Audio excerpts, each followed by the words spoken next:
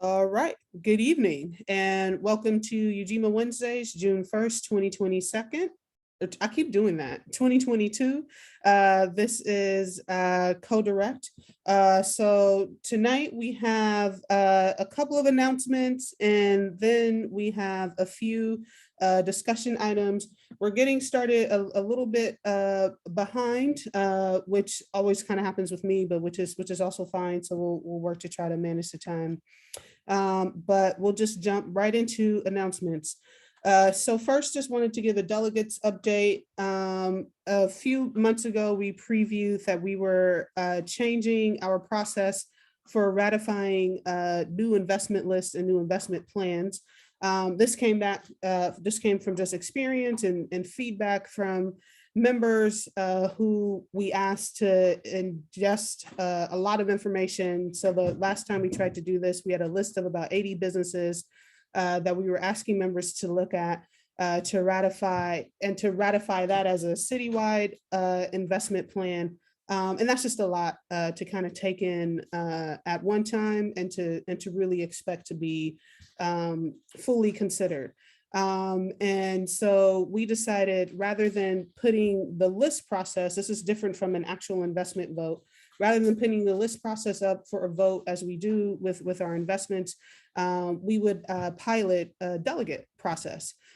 So what that means is a subset of Ujima members, what we're kind of calling our Ujima super voters, and we've based that on a couple of things. We've based that on the number of votes that these voters have participated in, as well as the speed with which they've participated. So just their kind of responsiveness during voting periods. So we have a subset of Ujima voters who will be the ones now looking at new lists as they come in. And the way we are deriving these new lists is we've created personalized investment plans that new members have access to when they, and actually continuing members have access to when they sign up for membership. And also we're looking for ways to make it available to Ujima residents residents at different events. And so over the course of a year, we gather these names through that form, and then the following year, so this year we're looking at names that were given to us in 2021. These delegates are gonna now have these businesses split amongst themselves so that each delegate is looking at fewer businesses. And so I think in this round, we have around 18 delegates. Each person will not be looking at more than 10 businesses. So each person will be looking at between 7 and 10 businesses. And so we are gonna send those lists to our delegates tomorrow. And the plan is to give them a couple of weeks to look at the list, find out whatever information they need to find out about the business, and then we'll have a conversation where the delegates will come together, and really we'll be kind of looking at a reverse process where we'll be looking at, are there any businesses we want to remove from the list before it gets ratified as a new investment plan, which is exciting because what that does is it then allows us to have more businesses in our pipeline that we can consider for investment. So for example, we currently have 140 businesses in our pipeline or on our investment list.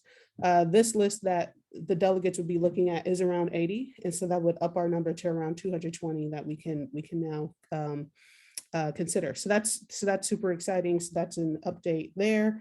And we will also soon announce who the delegates are, so that you also know who amongst the membership is making these decisions on our behalf.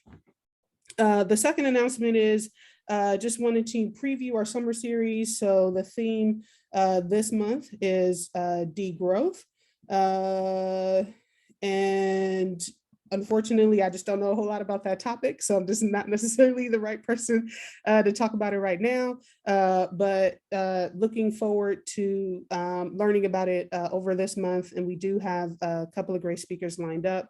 And Siona, you asked Nia how many total again? What's that in reference to? The total number of businesses? Yep, 220 was right, of potentially 220. Thank you, Alex. And Alex answered that in the chat. And in July, the theme will be Earth Month. So we wanted to, of course, talk about climate change is timely, but we wanted to do it in a different way. So actually what we're doing with Earth Month is it's a bit of a lighter touch on climate change. So we've invited a comedian, for example, to talk about the work that they do. Kind of makes me think of Kamal Bell, if anyone's familiar with Kamal Bell, but just kind of the work that they do to talk about stuff like climate change, but in a way that isn't kind of doomsday-ish or isn't kind of beating people over the head. And I believe we've also invited a poet who does something similar. So those are two that I know about. I don't yet know about the third topic, but July will be Earth Month. And so just kind of looking forward to that.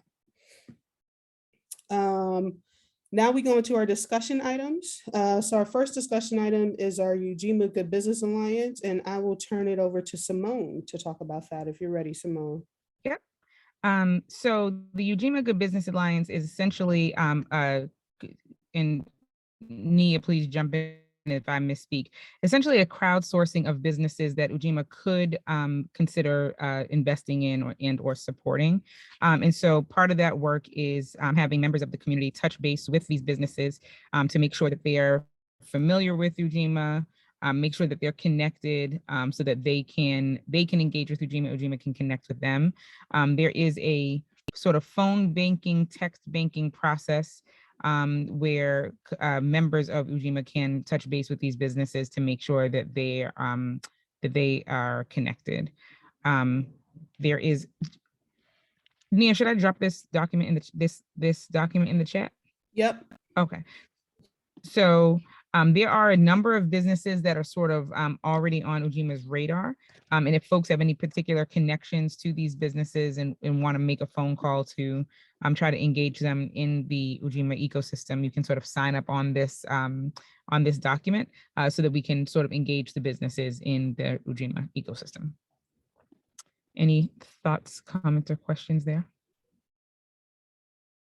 I happen to be a super supportive of Frugal Bookstore, so I do this process with them, making sure that they were familiar with Udemy and making sure that they're connected as necessary. Simone, or at least trying to get them connected. Just curious, is this a you know, kind of a effort that is within like a certain calendar or time period, or yeah? Nia, you want to take that? Yeah, good question. Thank you, Sienna. Yeah, so it is right now. So what we have here on the sheet is ideally we would like each business to be contacted at least 3 times before July 30th. And so, yeah, we just want to kind of give ourselves a deadline and have it be time bound, just to create some immediacy and create some urgency to really encourage people to check out the list and see who they can connect us to. So if anyone participated in our voting phone banking, this should be very familiar. So same setup where we say sign up next to a person. So here it's sign up next to a business, call them, email them. What's fun about this is at this point you can walk in, whereas you can't walk into a person's house, or you probably shouldn't. But here you can, walk in, patronize a business, and talk to them, and we have a script for all occasions. And so thank you for that question, Siona. And we're asking people, I think here we're asking people to pick at least 2 businesses to contact. We have a lot to go through. We have 140 businesses. So yeah, if we can get all 140 contacted at least 3 times before July 30th, that would be incredible. Thank you. And thank you, Simone, for dropping the link in the chat. No problem. All Real right. quickly, sorry, that link is access denied. It Okay. might be because I'm not signed into Google myself. Thank you for that. Let me rectify that. I'm going to rectify that right now, and then let me know if it's let me know if you're able to get it, Siona. So yeah, I got that access denied too. All right, so I'm going to change it right now. All right, how's it now? Yep, I'm in. Right. Thank you. All right, excellent. Yeah, I got it now. All right, excellent. Thank you, Louise. Thank you, Siona. All right, and so our second discussion for the night, and actually, let me just do, Simone, why don't you do BAMS Fest and Black Market real quick, and we'll do co-op last, just to make sure they get the time they need. Okay, I actually need access to that sign-up document. So on June 11th, which is not this coming Saturday, it's the next Saturday, there are two pretty dope events that will be coming up. BAMS Fest will be happening at Franklin Park. Always great artists, great time, great people there. And then the Black Market by the block party will be happening. Ujima will have a presence at both of those events and does need volunteers to sign up to represent Ujima in those spaces. Thank you. And unfortunately, I don't have the access that allows me to share it with you, Simone. So I did just drop it in the chat. Oh, okay, great. And the dates for that was June 2nd? No, June 11th for both of those events. thank you. Yep. No problem. And yeah, and we would appreciate help with coverage at both of those events. So if you open the form, it just asks you which one are you available to volunteer for. BAMS Fest is from 12 to 6 on June 11th. Black Market is 1 to 6. You can share what specific times you're available and then what tasks. So the tasks that we set out here are tabling, documentation, like taking photos, videos, etc., and helping to set up or break down. Short form, and then our comms and culture team will contact you to follow up with kind of what the final assignment is. And now we will hear from 3 people who are here from the COWOP coalition. So I will turn it over to the 3 of you. They are here to talk about their policy platform. And this is essentially an endorsement conversation. So this is part of our endorsement process where we do a presentation at CODIRECT. We send it out the following week, and then we also remind people in our staff wire and just look to kind of just get some general input from what people are thinking about whether or not we should support and whether or not we should endorse.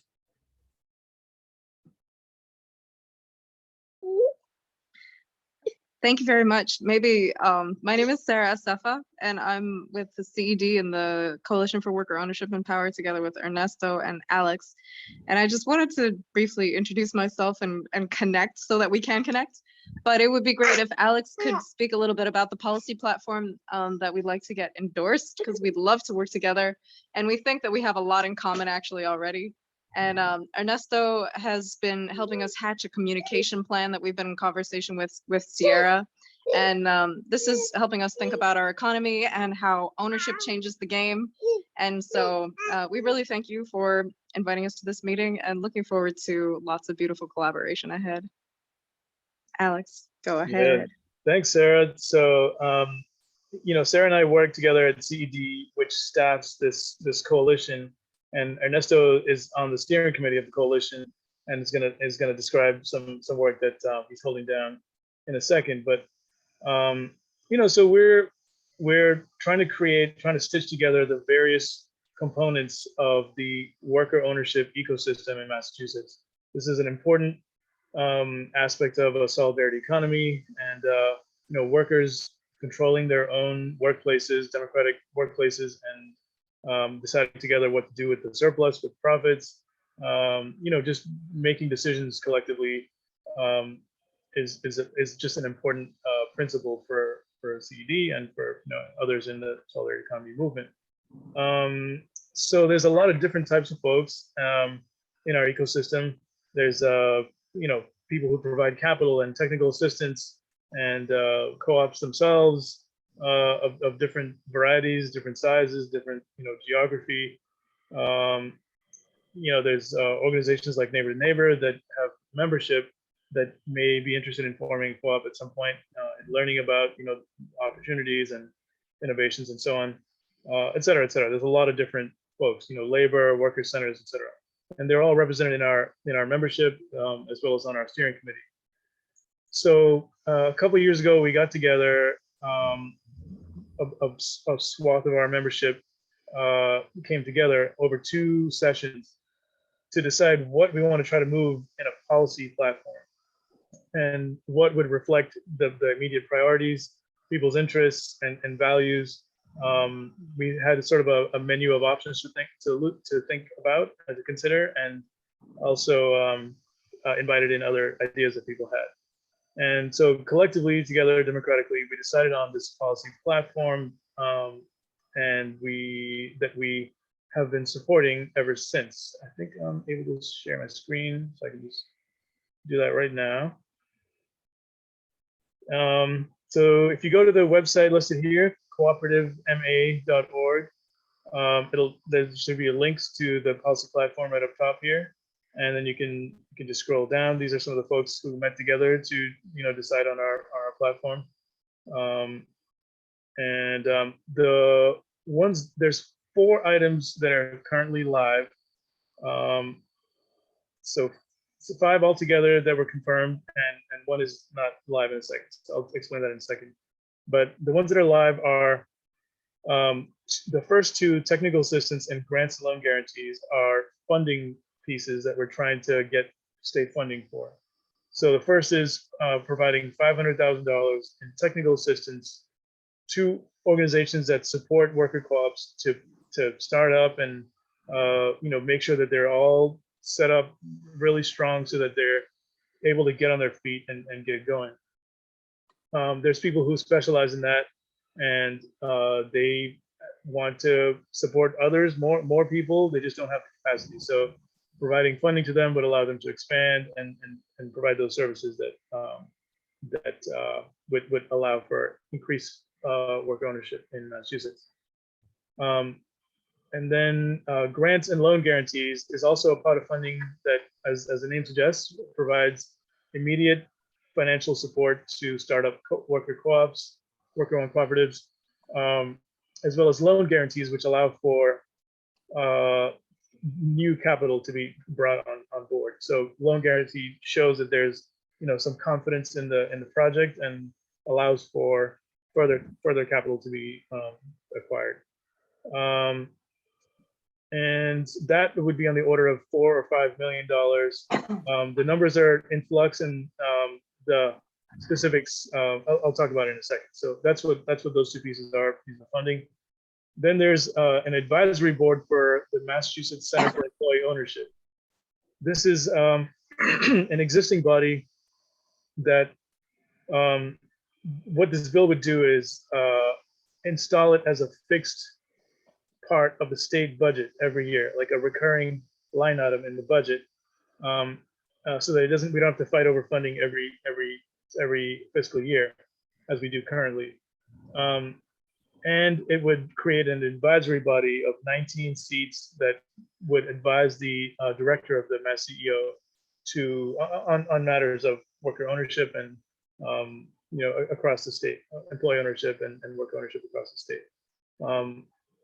So there's both worker co-ops and something called ESOPs, which is employee stock ownership programs, and that's another form of employee ownership of their organization. Although it's limited to in a financial sense. It's not ESOPs, employee stock ownership programs, are not so much a reflection of democratic decision making, but about having a share in the profits. So our coalition doesn't include ESOPs, and we relate with them and we collaborate with them on matters of policy and so on. So that's what this bill would do.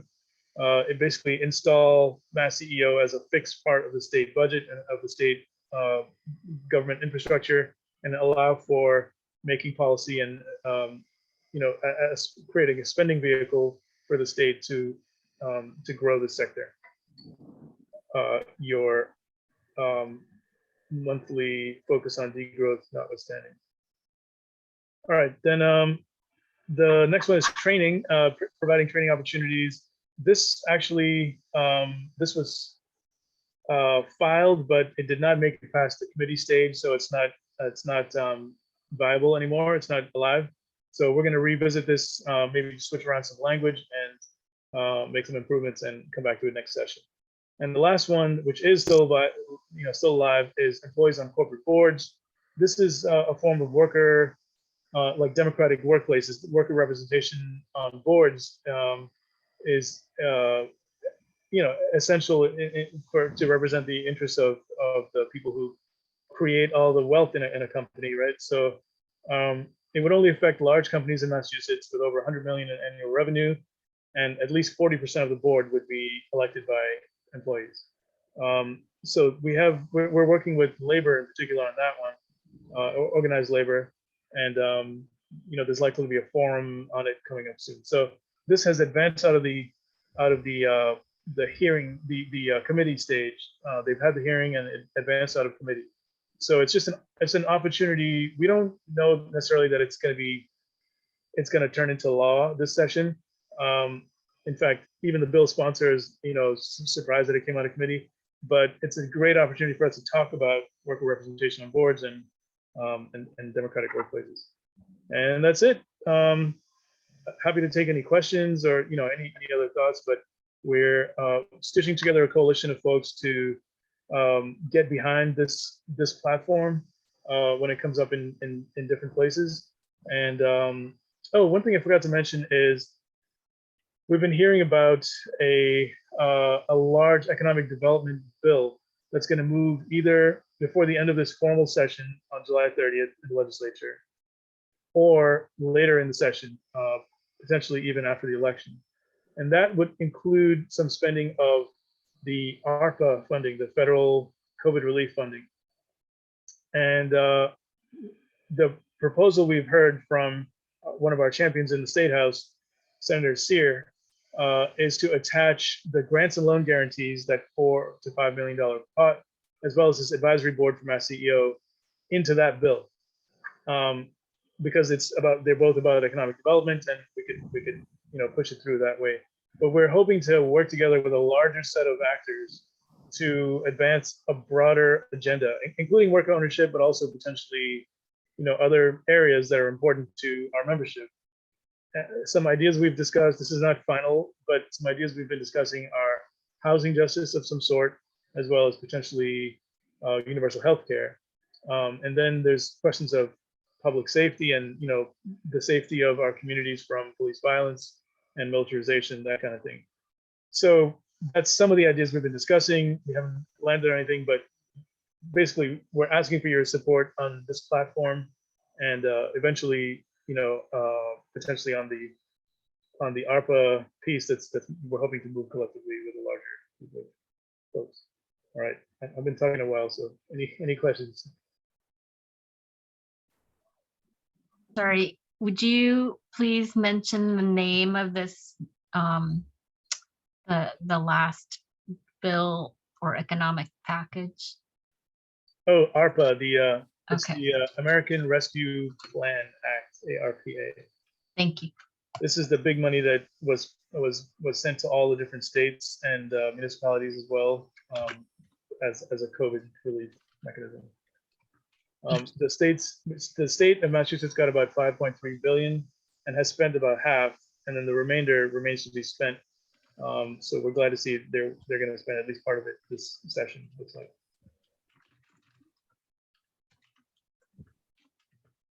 Wow.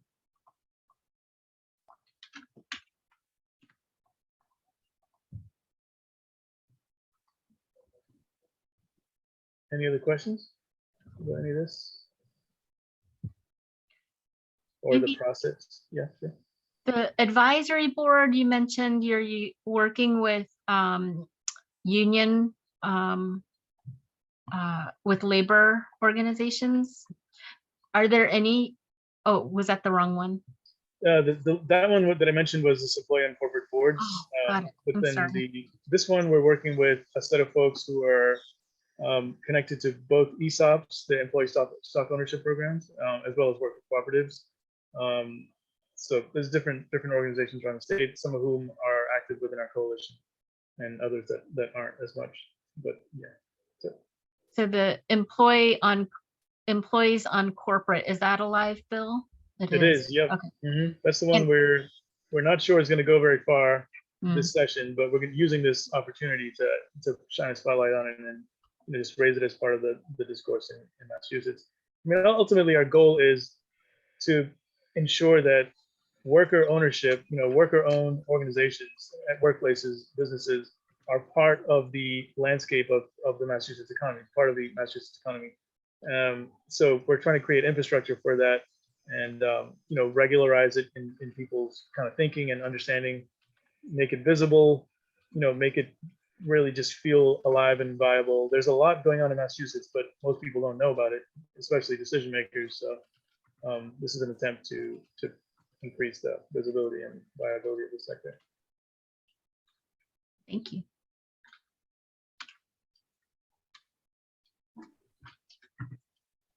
We have a couple of more minutes.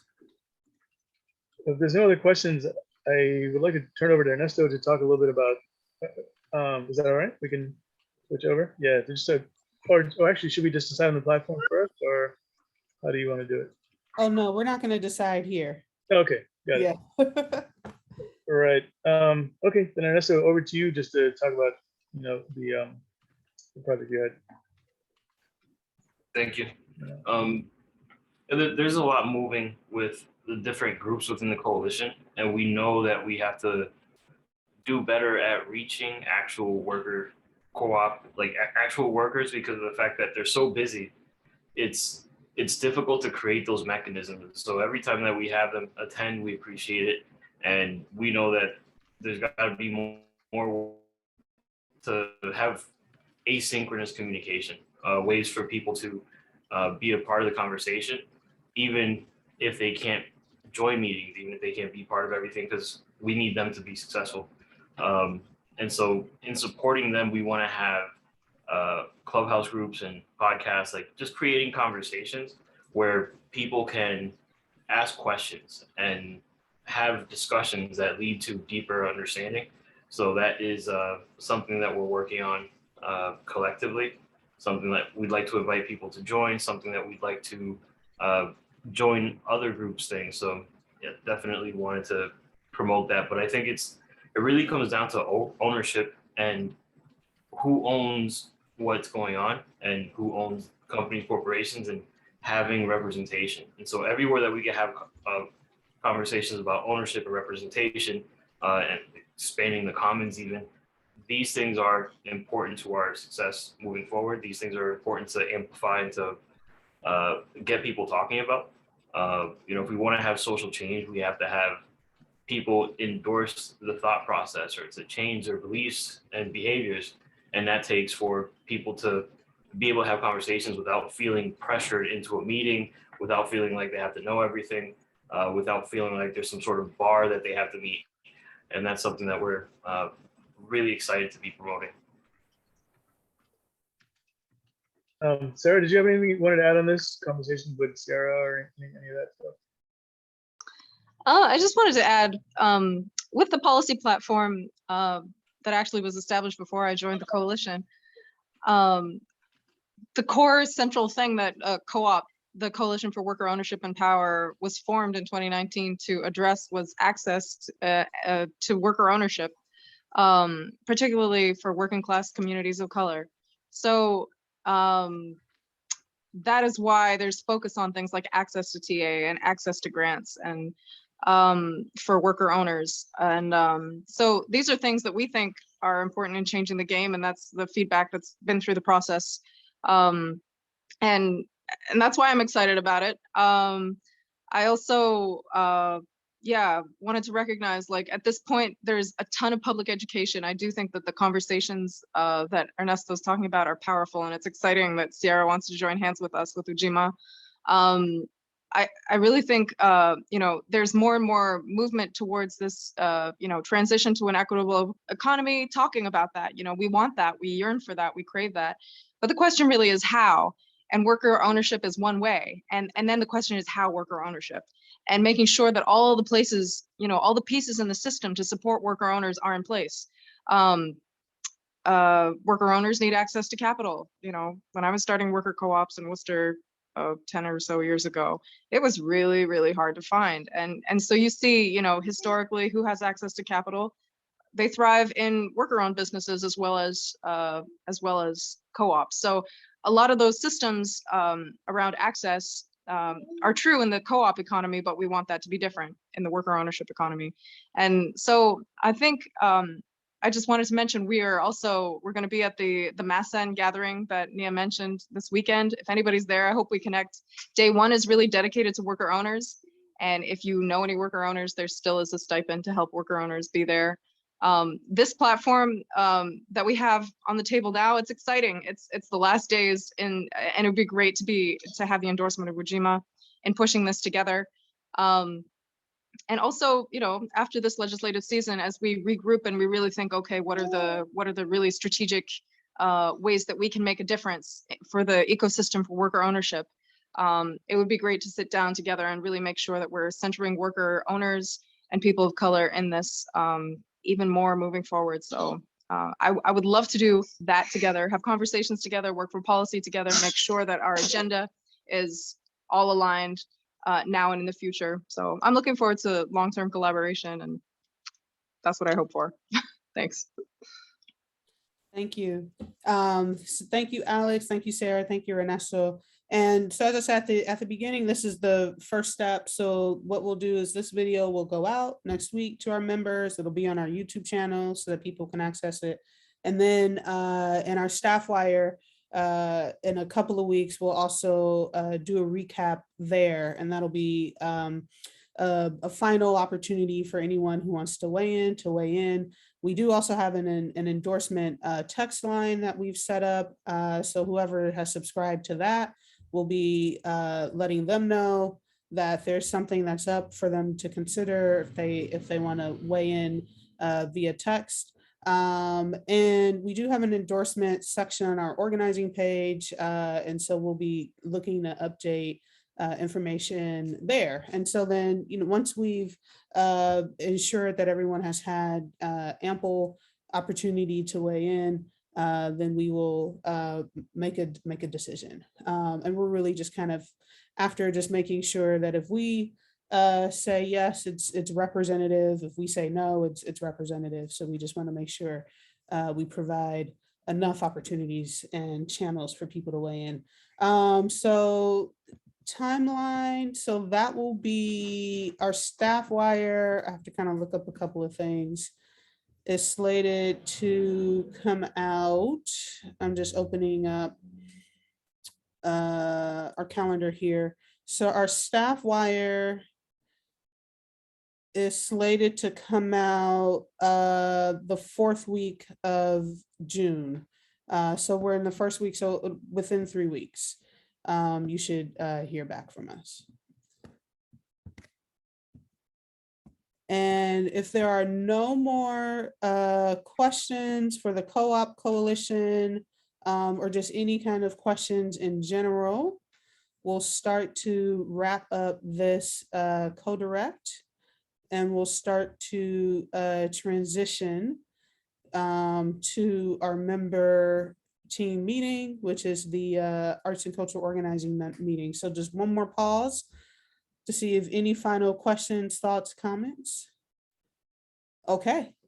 Just thanks so much, you all, for considering this and inviting us on, taking the time to do this. Appreciate it. Thank you, Alex. And I will stop the recording.